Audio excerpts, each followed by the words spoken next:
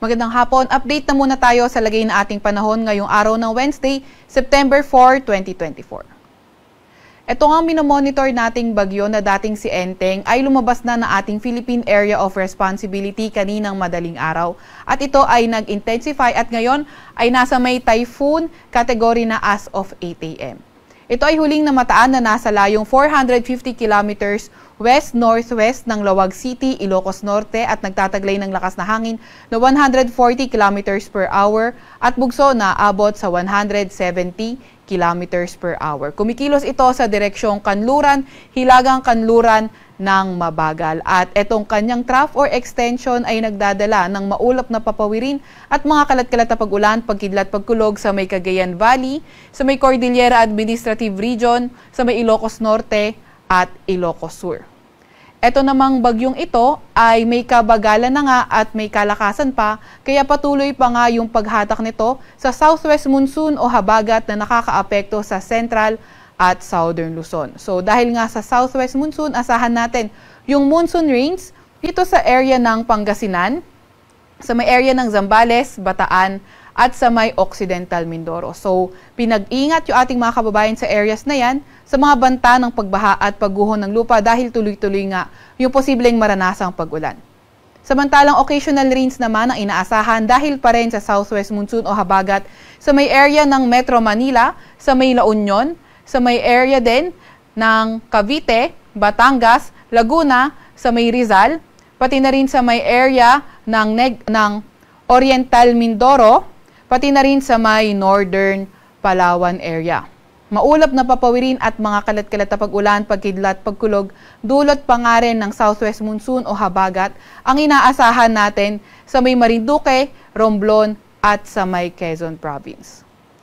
Para naman sa nalalabing bahagi ng ating bansa, mas magandang panahon yung inaasahan natin kung saan partly cloudy to cloudy sky ito na may mga tsansa ng mga localized thunderstorms. So, yung ating mga kasamahan sa Regional Services Division patuloy na maglalabas ng mga thunderstorm advisory, rainfall advisory o hindi kaya heavy rainfall warning kung kinakailangan.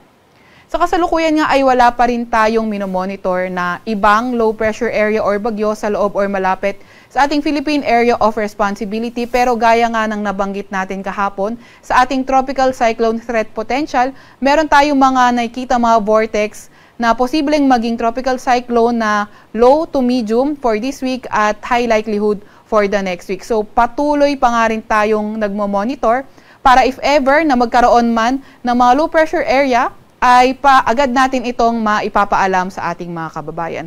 However, since mahaba ang time frame nito, may tsansa pa itong magbago. Nonetheless, patuloy ang monitoring ng Pag-asa.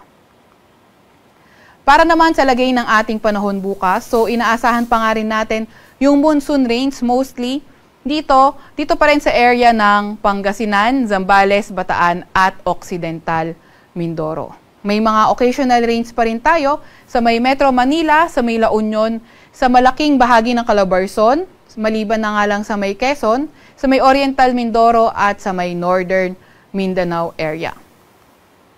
Maulap na papawirin naman at mga kalat-kalat na pag-ulan, pagkidlat, pagkulog, cost pa rin ng habagat ang mararanasan natin sa may Mindoro, Romblon, Quezon, pati na rin dito sa may western section ng Northern Luzon, particularly sa may Cordillera Administrative Region and the rest of Ilocos Region.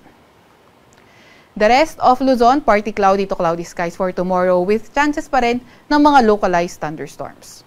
Agwat ang temperatura sa Metro Manila, 25 to 28 degrees Celsius for tomorrow, 17 to 21 degrees Celsius sa may Baguio, 25 to 29 degrees Celsius sa may Lawag, 24 to 32 degrees Celsius sa Tugigaraw, 25 to 32 degrees Celsius sa may Legazpi at 26 to 36 degrees Celsius sa may Tagaytay. 25 to 31 degrees Celsius sa may Puerto Princesa at 25 to 30 degrees Celsius sa may Kalayaan Islands. Para naman sa lagay ng panahon, Visayas at Mindanao area, so mas magandang panahon yung inaasahan natin dito, fair weather conditions with the usual rain showers and thunderstorms during the afternoon. Agwat ang temperatura sa may Iloilo, sa may Cebu at Cagayan de Oro ay 25 to 32 degrees Celsius. Sa may Tacloban naman ay 25 to 33 degrees Celsius. 25 to 33 degrees Celsius din sa may Zamboanga. At sa may Davao ay 26 to 33 degrees Celsius.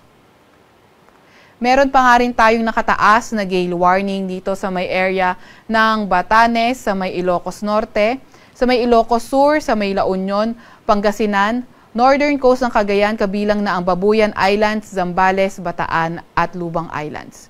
So yung mga area na nabanggit natin ay napakapanganib, pumalaot lalo na yung mga maliliit na sasakyang pandagat at lahat ng klase ng motor bangkas dahil magiging maalon hanggang sa napakaalon ng karagatan. Para naman sa 3-day weather outlook ng mga pangunahing syudad natin sa Metro Manila and Baguio, until Friday pa nga rin natin maararanasan itong rainy weather pero improving weather conditions na tayo pagdating ng weekend. Sa Legazpi naman, patuloy pa nga rin yung bahagyang maulap hanggang sa maulap na papawirin at mga tsansa ng mga localized thunderstorms. Sa Metro Manila, ang pinakamataas na temperatura in the next 3 days ay pwedeng umabot ng 31 degrees Celsius. 17 to 22 degrees Celsius sa may Legazpi City at 25 to 32 degrees Celsius naman sa may Legazpi City or 17 to 22 sa may Baguio City. Sa may Visayas area naman, Metro Cebu, sa may Iloilo City at Tacloban City at sa malaking bahagi ng Visayas, fair weather conditions pa nga rin tayo at may mga tsansa ng mga localized thunderstorms. Pinakamataas na temperatura sa Cebu, 33 degrees Celsius. 32 degrees Celsius ang pinakamataas na temperatura sa Ilo City at 33 degrees Celsius ang pinakamataas na temperatura sa may Tacloban City. Ganon din naman sa may Mindanao dahil wala naman tayo currently nakikitang weather system na posibleng magdala ng pangmatagalang at pangmalawakang pag-ulan sa may Mindanao area. Fair weather conditions pa rin tayo at may mga pulupulong pag-ulan, pagkidlat at pagkulog. Sa Metro Davao, ang pinakamataas na temperatura ay 34 degrees Celsius, 32 degrees Celsius sa may Cagayan de Oro at 33 degrees Celsius sa may Zamboanga City. Sa Kalakhang, Maynila, ang araw ay lulubog ng 6:06 ng gabi at sisikat bukas ng 5:44 ng umaga. Huwag magpapahuli sa update ng Pag-asa. I-follow at i-like aming X at Facebook account DOST_Pag-asa. Mag-subscribe din sa aming YouTube channel DOST-Pag-asa Weather Report at para sa mas detalyadong impormasyon, bisitahin ang aming website pag-asa.dost.gov.ph. At yan naman po muna ang latest mula sa Weather Forecasting Center ng Pag-asa. Veronica C. Torres nag-ulat.